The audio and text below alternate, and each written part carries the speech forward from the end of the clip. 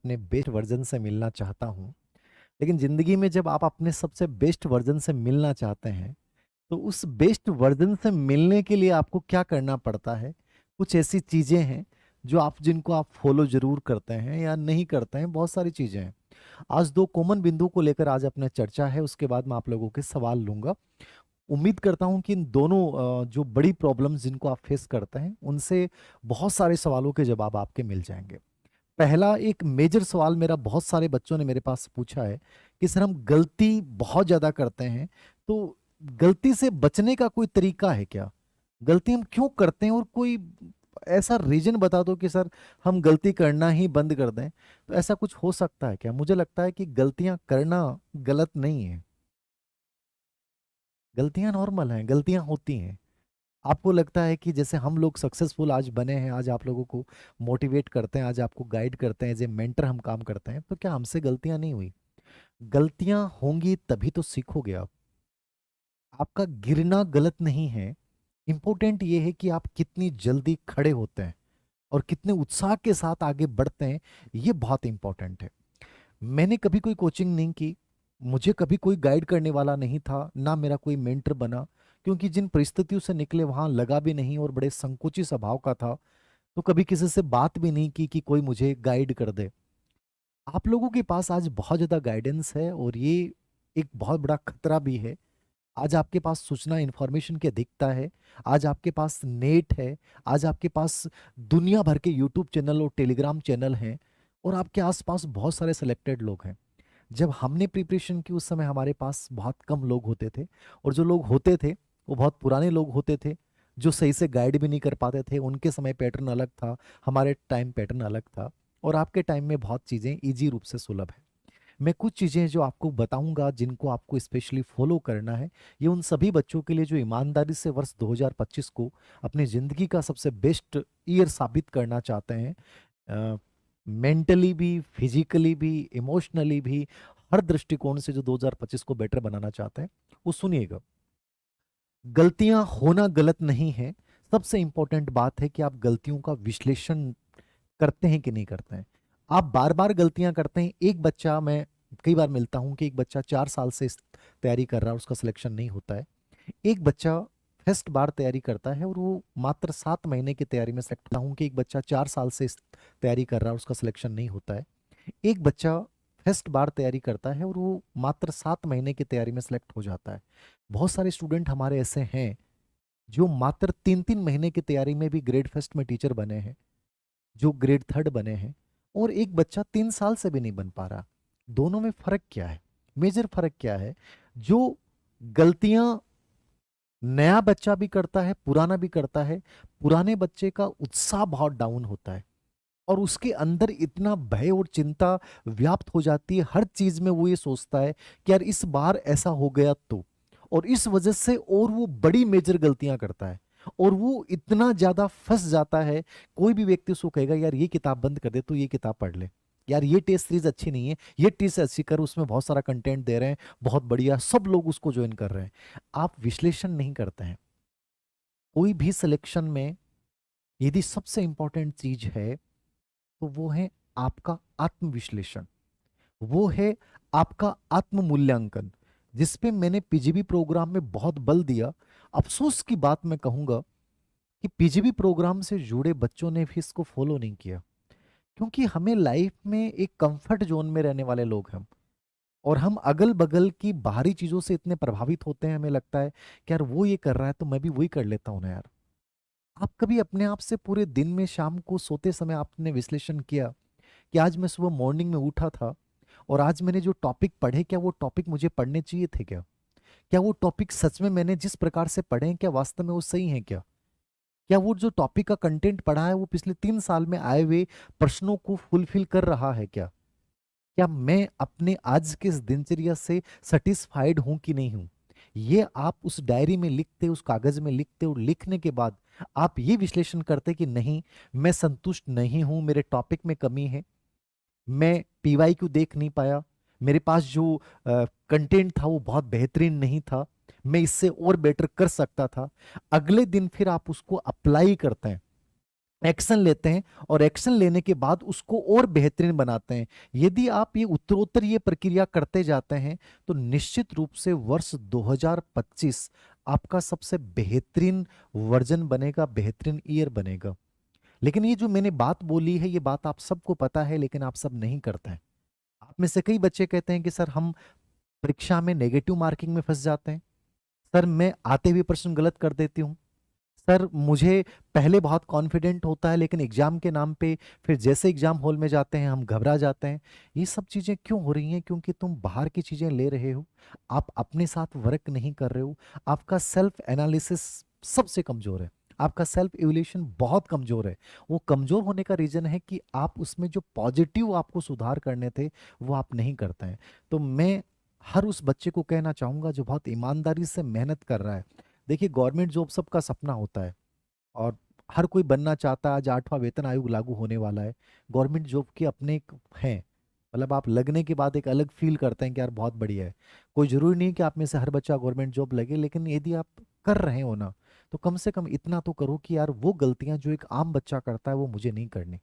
और इसके लिए सबसे बेस्ट 2 तरीके मैंने आपको बताए हैं। विश्लेषण एनालिसिस करें, आत्म मूल्यांकन करें, चाहे वो पाठ्यक्रम हो चाहे आपका कंटेंट हो। और सबसे बड़ी चीज है कि बाहर की चीजों को, यानी भय है, चिंता है, एंजाइटी है, ये बाहर से आती हैं, आपके अंदर है नहीं है। बाहरी लोगों ने पैदा की हैं। आप क्या रूममेट पैदा कर सकता है, कोई कोचिंग वाला पैदा कर सकता है? मेरे पास बहुत सारे ऐसे बच्चों के सवाल आते हैं कि सर एक कोचिंग वाले ने कहा कि हमारे ही सिलेक्शन होते हैं, बाकी के होते ही नहीं है। तो मैं डर गया सर, मेरे पास पैसे नहीं थे बट मैंने उनका सेमिनार ज्वाइन किया। उसके बाद मुझे लगा कि मैं तो कोचिंग नहीं करूंगा तो मैं सफल हो जाऊंगा।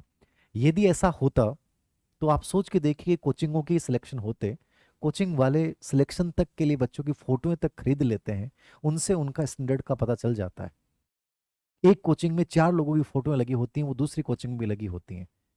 ईमानदारी की बात यह है कि सिलेक्शन उस बच्चे का हो रहा है जो अपने साथ बहुत ईमानदारी से वर्क कर रहा है।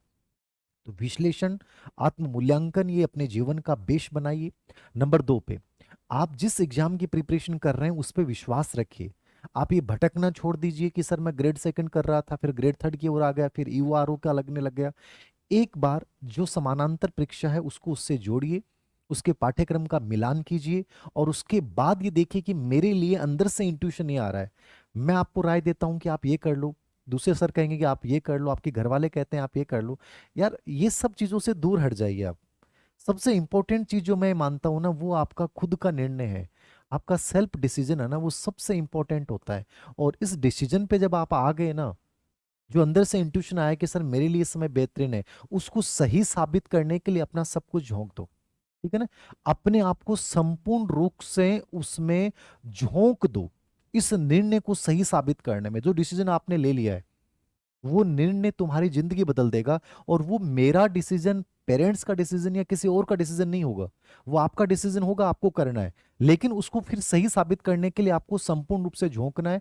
और झोंकने के लिए ये नहीं होता है कि आप 18 घंटे लाइब्रेरी में पढ़ रहे हैं, आप 11 घंटे आपने कोचिंग ज्वाइन कर रखी है, उसके बाद आप लाइब्रेरी में जा रहे हैं, बहुत तनाव में है और आपको लग रहा है कि मुझे करना है, मुझे बेस्ट वर्जन बनना है। ऐसे बेस्ट वर्जन नहीं बना जाता। बहुत हैप्पी मूड में मैं कह रहा हूं कि आप सिर्फ पूरे दिन में 24 घंटे में से यदि आप 10 घंटे प्रोडक्टिव निकाल लेते हो, तो मुझे लग रहा है कि आपकी जिंदगी में गलतियां होंगी नहीं। मुझे 18 घंटे वाले बच्चे नहीं चाहिए। 18 घंटे आप क्या पढ़ेंगे? 16 घंटे क्या पढ़ेंगे आप एक प्रेशर लेके पढ़ रहे हैं, वो पढ़ाई नहीं है। पढ़ाई है मस्ती और आनंद का विषय। आप इसमें ये एनालिसिस कीजिए कि यार ये चीजें बहुत महत्वपूर्ण है, यहां से प्रश्न आते हैं, इन चीजों को मुझे बहुत अच्छे से देखना है, इनको नहीं देखना है। यदि अभी तक आप में से, मैं जैसे एनसीईआरटी रीट की अपनी टेस्ट सीरीज चल रही है फ्री वाली, मैं उसमें पूरी एनसीईआरटी प्लस रीट के पीवाई क्यों करवा रहा हूं। आप में से अधिकतर बच्चों के प्रश्न सही नहीं हो रहे हैं, जबकि वो आए हुए प्रश्न है। जहां से रीट का पेपर बनता है वो प्रश्न करवा रहा हूं, आपके हो ही नहीं रहे। क्योंकि तुम लोगों ने कंफर्ट जोन क्या पाला है? तुमने यूट्यूब पे अनावश्यक समय बिताया, टेलीग्राम पे टेस्ट सीरीजें, फ्री वाली सीरीजें, पता नहीं क्या क्या ज्वाइन कर रखा है, उसमें ऐसे प्रश्न हल कर रहे हैं जो तुम्हारी जिंदगी नहीं बदलने वाले। मैं कहता हूं सब चीजों से हट जाओ, एक चीज करो लेकिन उसको बेहतरीन तरीके से करो।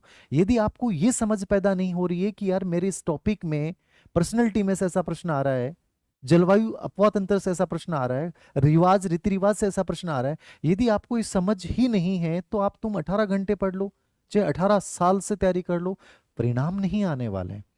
कम से कम आप ये चीज साबित कीजिए कि यार सबसे इंपॉर्टेंट चीज है क्या, आईएमपी है क्या, और मुझे इसको कैसे पढ़ना है। यदि ये चीज आपका नहीं आ रहा है तो आप गलतियां कर रहे हैं। फिर चौथी चीज जो आपके सामने सबसे बड़ी प्रॉब्लम आती है कि सर हम रिवीजन कैसे करें। रिवीजन को लेकर बड़ी प्रॉब्लम होती है। रिवीजन करने के तरीके कौन बताएगा? धीर सिंह सर अपने बता देंगे, दूसरे सर कहेंगे नहीं रिवीजन ऐसे करना चाहिए, तीसरे कहेंगे नहीं ऐसे करना चाहिए। रिवीजन कैसे करना चाहिए? आपको सर्टिफिकेशन किससे मिल रहा है? आपको सिलेक्टेड चीजों के साथ आगे बढ़ना था। दूसरी चीज आपको अपनानी नहीं थी, आपको ये पता होना चाहिए था कि जो मैंने चुना है वो सबसे बेस्ट है। जैसे मुझे पता था कि मैंने जब हिस्ट्री से कॉलेज लेक्चर बना, स्कूल लेक्चर बना, मुझे पता था कि प्राचीन भारत में कैसे श्रीवास्तव इंपॉर्टेंट है। मुझे उसके अलावा देखना ही नहीं कि 50 टीचर यूट्यूबर कहेंगे ये पढ़ना है। मैंने तो नहीं चुना उनकी सुध, मैंने सुना कि मेरे लिए बेस्ट क्या है। मुझे लगा कि PYQ में हरिहंत इंपॉर्टेंट है, तो मैंने हरिहंत के अलावा देखा ही नहीं। किसी ने कहा कि युद्ध पढ़ लो, किसी ने कहा ये पढ़ लो, मैंने नहीं देखा। मुझे लगा कि ये मेरे लिए बेटर है, यहां से मैं बहुत अच्छा फील कर रहा हूं, तो मैंने उस कंटेंट को चेंज नहीं किया। जैसे अभी एक बच्ची पूछ रही थी कि सर मैंने पहले ग्रेड फर्स्ट की अपने नोट्स के अकॉर्डिंग तैयारी कर ली, अब मैंने एक टेस्ट सीरीज ज्वाइन की किसी कोचिंग की, उन्होंने अपना कंटेंट दे दिया, अब मैं कंफ्यूज हो गई, मैं वो पढ़ूं कि वो पढ़ूं।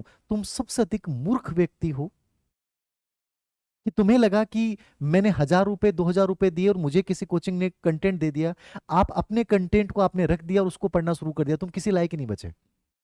अरे यदि वो कंटेंट में कोई अच्छी चीज है तो बस उसको इंपॉर्टेंट को देख लो, बाकी आप अपने कंटेंट को बेस बनाइए, अपने ही कंटेंट को रिवाइज कीजिए जो आपने पहले पढ़ा है। तुम इतने कंफ्यूज हो, वो कहेगा कि यार उसकी टेस्ट सीरीज ज्वाइन कर ले, फिर उसके चले जाएंगे। तीसरी टेस्ट सीरीज, मतलब एक रूममेट ने एक टेस्ट सीरीज ज्वाइन कर रखी, तुमको तेरे वाला पेपर दिखा, क्यों देखना है यार मुझे उसका पेपर, मुझे सिर्फ PYQ देखना है। मैंने कभी कोई टेस्ट सीरीज ज्वाइन की, जबकि मैं खुद PGB प्रोग्राम में टेस्ट सीरीज चला रहा हूं। मुझे जहां विश्वास था कि यार मेरे PYQ बेस से इंपॉर्टेंट है, मैं इनमें से चीजें निकाल लूंगा, मैंने कभी रास्ता नहीं बदला। मुझे विश्वास था मेरे कंटेंट पे, मेरे ऊपर। मेरी लाइफ में कोई गलती नहीं हुई, ग्रेड फर्स्ट में सिलेक्ट हो गया, असिस्टेंट प्रोफेसर में सिलेक्ट हो गया। जहां मुझे लगा कि यार मेरे लिए मेरी कंपटीशन बहुत इंपॉर्टेंट है और मुझे निकालना है, मैंने उसको बहुत खूबसूरती से निकाल लिया। उसका रीजन था कि मुझे जो चीज मेरे पास थी उन पे मैंने पूरा विश्वास रखा, बाहरी चीजों से प्रभावित नहीं हुआ। आज तुम ये पढ़ रहे हो, कल वो पढ़ रहे हो, कल तीसरी वो चीज लेके आओगे। ये सब चीजों से बचने का एक ही तरीका है कि एक बार एक अच्छी चीज को चुनो, फिर उसी का आप रिवाइज करो। और रिवीजन में सबसे इंपॉर्टेंट चीज होती है कि आप उसका डिवीजन करो, उसका विभाजन करो रिवीजन में। कि जब सेकंड थर्ड रिवीजन में जब पहुंचो तो तुम्हें पता होना चाहिए कि यार ये कचरा है, इसको छोड़ देना है, ये चीज बहुत महत्वपूर्ण है, इसको बहुत अच्छे से देखना है। ये चीजें आपको रिवीजन ही बताएगा। आप फर्स्ट बार में आपने जितना कंटेंट पढ़ा और सेकंड और थर्ड में उतना ही रिवीजन कर रहे हैं, तो आपका रिवीजन नहीं है वो। ठीक है, वो रिवीजन नहीं है, वो रिवीजन गलत है आपका, वो आपकी प्रैक्टिस ही गलत है। यदि आप फर्स्ट बार जितना आपने कंटेंट पढ़ा है वो रिवीजन और प्रैक्टिस में कर रहे हो तो गलत राह पे चल रहे हो। अब ये चीजें मैं आपको बता रहा हूं, जबकि ये चीजें आपको खुद सीखनी चाहिए कि मुझे रिवीजन में सेकंड थर्ड रिवीजन में आते आते अपने कंटेंट को 50 से 60% तक एकदम क्वालिटी वाला कर लेना है। बट ये चीज मैं बता रहा हूं आपको, गलतियां इसलिए कर रहे हो आप। और उस रिवीजन में आप में से कई बच्चे गलतियां करते हैं कि कोई नया कंटेंट आया उसको ऐड कर लिया, अब वो बढ़ गया, और बढ़ गई वो चीज, फिर क्या है, आपके पास टाइम तो बचा ही नहीं है। तो फिर आप दूसरी तीसरी बार रिवीजन तक पहुंच ही नहीं पाएंगे, फिर आप डिप्रेशन में आते हैं कि सर अब तो सिलेबस कवर नहीं हो रहा, अब तनाव हो रहा है, सर लाइब्रेरी में सब लोग पढ़ रहे हैं, मुझे ऐसा लगता है मैं कुछ नहीं कर पा रही, मेरा पूरा दिन यूं निकल जाता है। ये सब चीजें इसलिए कर रहे हो क्योंकि तुम अपने आप को ऑर्गेनाइज नहीं कर रहे हो, व्यवस्थित नहीं कर पा रहे हो। और सबसे इंपॉर्टेंट चीज है अपने आप को व्यवस्थित बनाना। यदि आप अपने आप को व्यवस्थित ऑर्गेनाइज्ड नहीं बना पा रहे हो तो आपकी लाइफ में गलतियां ही गलतियां होंगी। और व्यवस्थित करने के लिए दूसरी जो सवाल, सबसे बड़ा सवाल है आप लोगों का कि सर हम टाइम मैनेज नहीं कर पाते हैं। पहली बात तो हम गलतियां कर रहे हैं, ठीक है, गलतियों को दूर करने के लिए आपने कोई स्ट्रेटेजी नहीं अपनाई, गलतियों को दूर करने के लिए आपने विश्लेषण नहीं किया, गलतियों को दूर करने के लिए आपने एक्शन नहीं लिए। ठीक है, और कॉन्फिडेंस, भाई गलतियों को दूर करोगे और उसके बाद आप चौथी सबसे इंपॉर्टेंट कॉन्फिडेंस लाओगे, तभी तो आपकी तैयारी में उत्साह आएगा। यदि आप डिप्रेशन में पढ़ाई कर रहे हैं तो वो पढ़ाई कोई काम की नहीं है, वो याद ही नहीं होगा। इंपॉर्टेंट चीज है कि जब गलतियां हो गई, उन गलतियों को लिखा, उनको नोट किया और अगले दिन से उन पे वर्क करना शुरू कर दिया कि यार अब इन चीजों के साथ मुझे आगे बढ़ना चाहिए और उसके आउटकम्स देखने। ठीक है, उससे धीरे धीरे कॉन्फिडेंस आएगा। और वो कॉन्फिडेंस तुम्हारे रिवीजन को, तुम्हारी प्रैक्टिस को 4 गुना बढ़ा देगा, और तुम एग्जाम तक जाते फील करने लगोगे कि सर मैं बहुत अच्छा फील कर रहा हूँ। तो ये चीजें वो हैं जो सच में आपके लिए बहुत जरूरी हैं, जिनको आप फॉलो नहीं कर रहे। आप तीन तीन चार चार चीजों में उलझे हुए हैं, यूट्यूब भी, सोशल मीडिया भी, कोचिंग क्लासेस भी, टेस्ट सीरीज भी, उसका कंटेंट भी। वो कहेगा यार मेरे वाला कंटेंट बहुत गजब का है। यार होगा ना उसका कंटेंट गजब का, सबके अपने अपने पढ़ने के अलग सोर्स हैं।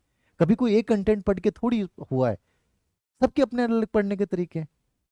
अपनी साइकोलॉजी किताब रास्ता में सबसे अधिक बच्चे पढ़ते हैं, फिर भी हो सकता है कि 20% बच्चे अपनी किताब नहीं पढ़ते हैं, हो सकता है उन्हीं से भी सिलेक्ट होते होंगे, क्या फर्क पड़ता है। सबके अपने तरीके हैं। आप ये चीज मत हावी कीजिए कि यार उसने कहा है, वो कौन है बंदा, क्या वो सच में सही बोल रहा है, कुछ नहीं है। सबके अपने पूर्वाग्रह हैं, तो प्लीज अपने ऊपर विश्वास रखें, अपने आप को ऑर्गेनाइज्ड बनाएं।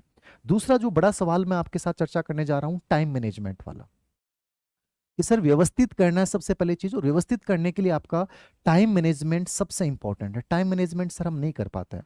मैं आज किस वीडियो के माध्यम से हर उस बच्चे को 2-4 बातें बताऊंगा, इसको सुनिएगा। टाइम मैनेजमेंट करने के लिए सबसे बेस्ट तरीका है, मैंने पहले भी कहा था कि जनवरी तुम्हारा यदि प्रोडक्टिव नहीं जाएगा, तुम्हारा फरवरी डाउन होगा, और जनवरी फरवरी खराब चले गए, मार्च तुम्हें मार डालेगा, याद रखना, मार डालेगा। तुम्हारा कॉन्फिडेंस जीरो, तुम्हें लगेगा कॉन्फिडेंस से बाहर हूं, अगली नई वैकेंसी में तैयार हो जाऊंगा। इसलिए मैंने कहा था कि जनवरी को प्रोडक्टिव बनाना, और अभी गई नहीं है जनवरी, ये लास्ट 6-7 दिन 8 दिन बच्चे, इनको इतना अच्छा प्रोडक्टिव बनाओ, एक अच्छे विजन के साथ आगे बढ़ो, फरवरी तुम्हें बहुत एनर्जेटिक लगेगी। यही तो टाइम मैनेजमेंट की कहानी है। तुम हर दिन बर्बाद कर देते हो, वो अगला दिन भी तुम्हारे बर्बाद की कहानी लिखा जाती है। आज का दिन तुमने खराब कर दिया, आज की नाइट खराब कर दी, कल का दिन तुम्हारा खराब होगा, तय मान के चलिएगा।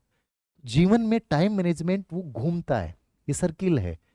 तो कोशिश कीजिए, जीवन एक एल्गोरिदम, मैंने इसलिए एल्गोरिदम इसलिए, आपकी की गलतियां तुम्हारे सामने बार बार आएंगी, तो गलतियों से बचना है। तो टाइम मैनेजमेंट मोस्ट इंपॉर्टेंट। क्या करना है, सुनिएगा मेरी 3 बातें।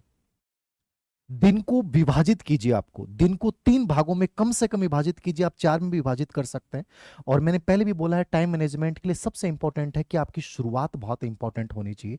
जैसे मैंने कहा था कि जनवरी की शुरुआत बहुत महत्वपूर्ण होनी चाहिए। जनवरी में आपको बहुत अच्छी अच्छी चीजें करनी थी, गलतियां बहुत कम करनी थी, वो आपको कॉन्फिडेंट बना देता।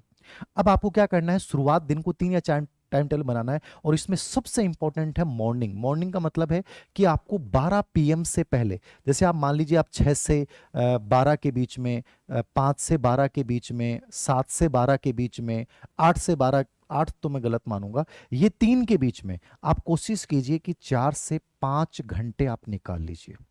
और इसको आप ग्रीन घंटे बोलेंगे। क्या बोलेंगे आप इसको, ग्रीन, जिसको आप फॉलो करना है मेरे अकॉर्डिंग इसको ग्रीन मानेंगे आप। ग्रीन वो टाइम है जो जहां आपको वो सबसे हार्ड टॉपिक, जो आपके सबसे सिलेक्शन में सबसे इंपॉर्टेंट रोल अदा करने वाले हैं, वो 1 घंटे यही हैं आपकी जिंदगी के।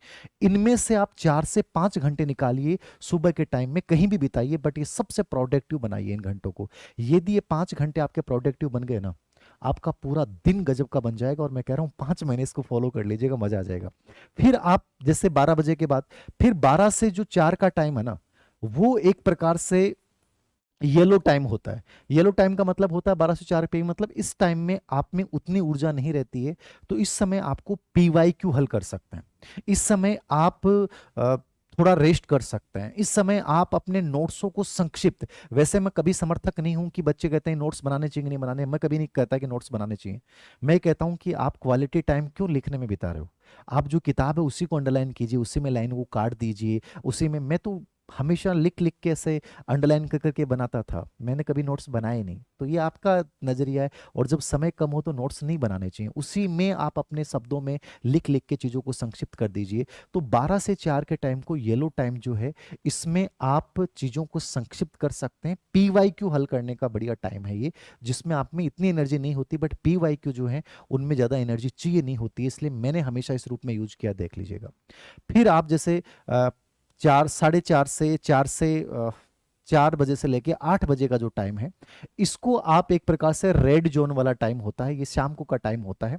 इस टाइम में मेरे अकॉर्डिंग आपको 1 या 2 घंटे डिस्कशन करना चाहिए। कोई दोस्त को आपको टारगेट देना चाहिए कि ये टॉपिक तुम मुझे पढ़ाओगे, ये मैं पढ़ाऊंगा, ठीक है। या उस समय आप जो है कोई भी ऐसा इजी जो बड़ा रुचिकर विषय है, उसको आप इस समय पढ़िए। ठीक है, क्योंकि इस समय आप थक चुके होते हैं और आपका माइंड नई चीज़ों को अडेप्ट नहीं कर पाता है, तो रिवाइज की हुई चीज़ों को इस समय दोबारा से रिवीजन कर सकते हैं। तो रिवीजन वाला टाइम ये मैं बोल सकता हूँ, और डिस्कशन का टाइम इसको अपन बोल सकते हैं। उसके बाद आपका 8 से 11 के रात को 8 से 11 के बीच का समय ये वापस से ग्रीन टाइम बन जाता है, ठीक है ना। या 9 से 11 के बीच में 2 घंटे रात को फिर से आप एक अच्छे विषय के लिए निकालिए। इस प्रकार से 3 से 4 कैटेगरी में यदि आप पूरे दिन को विभाजित करते हैं और डेली आप आत्म मूल्यांकन करते हैं, तो मुझे लगता है कि आप बहुत बड़े से बड़े सिलेबस को बहुत अच्छे से कवर कर सकते हैं। ये टाइम मैनेजमेंट का एक फार्मूला जो एक यूनिवर्सिटी के अध्ययन के बेस पे भी है, और स्पेशली मैंने बहुत इसको फॉलो किया था। मैंने डायरी में कहीं एक लेख पढ़ा था, उसके अकॉर्डिंग इन चीज़ों को फॉलो किया था मेरे रिसर्च टाइम में। आप भी इसको फॉलो कर सकते हैं। मॉर्निंग टाइम को सबसे अधिक प्रोडक्टिव बनाना, एक सर घंटे के आधार पे पढ़ें, टॉपिक वाइज पढ़ें। मेरे अकॉर्डिंग आपको संतुष्टि क्या मिलती है वो ज़्यादा इंपॉर्टेंट है। आपको लगता है कि मुझे टॉपिक कवर करना है, मुझे उससे खुशी मिलती है, या मुझे लगता है कि मैं 2-2 घंटे के स्लॉट बना लूँ, उससे मुझे अच्छा लगता है। ये किसी से नहीं पूछना चाहिए, आपके अकॉर्डिंग तय कीजिए कि मेरे लिए क्या बेटर है। और नोट्स का मैंने बता दिया है। ये थोड़ा सा टाइम मैनेजमेंट में आप ये 2-3 चीज़ें आप फॉलो कर सकते हैं। तो ये आज के 2 महत्वपूर्ण सवालों के जवाब थे मेरे, और अब बाकी आपके सवाल बता सकते हैं मुझे। सर अगर पॉसिबल तो ऐप में टेस्ट दोनों लैंग्वेज में ऐड करें प्लीज़ सर, रिक्वेस्ट है। स्वयं वैसे तो हम साइकोलॉजी के जितने भी टेस्ट सीरीज हैं उनको सब मैं इंग्लिश बाईलिंगुअल डलवाता हूँ। आप जीके वाले टेस्ट सीरीज की बात कर रहे हैं क्या? स्कूल मैनेजमेंट की बुक निकाल दी ना रचना जी, आज आ गई मार्केट में। स्कूल मैनेजमेंट की बुक आ गई है अपनी, ओम जी सर और देव सिंह। रोममेट नहीं है बेटा, कोई बात नहीं, जो नहीं है उस पर शिकायत नहीं करना, जो आपके पास है कोई बात नहीं, मैं अकेला पढ़ाऊँ। बट मैंने डिस्कशन के लिए अपने एक दोस्त को चुना है। तो डिस्कशन बेस्ट ऑप्शन है जिंदगी में कम समय में बेहतर चीजें रिवाइज रिवाइज करने का।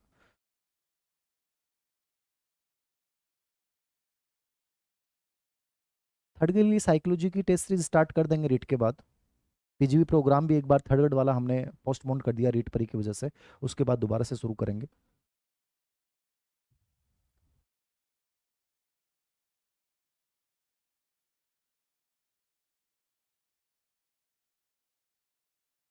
पेपर कैसे निकालें? देखो, पेपर निकालने का तरीका, सबसे बेस्ट तरीका तो होता है कि आरपीएससी की साइट से डाउनलोड करो, और फिर आपने टॉपिक पढ़ लिया है तो उसके बाद उस टॉपिक से रिलेवेंट वो पर्सन को देखें आप, ठीक है ना। या आपको पीवाईक्यू बेस अच्छी कोई किताब मिलती है, क्योंकि किताबों में गलतियां बहुत मिलती हैं गाइडों में, तो आपको देखना पड़ेगा, ठीक है ना। बट ये देखिए कि टॉपिक पढ़ने के बाद पीवाईक्यू पढ़ें, जिससे आपको उस टॉपिक का एक मानचित्रण बनेगा कि दिमाग में कि यार ये चीज़ें बहुत अच्छी हैं, और सेकेंड रिविजन में उसमें से अनावश्यक चीज़ों को हटा दें और आवश्यक चीज़ों को रख लें।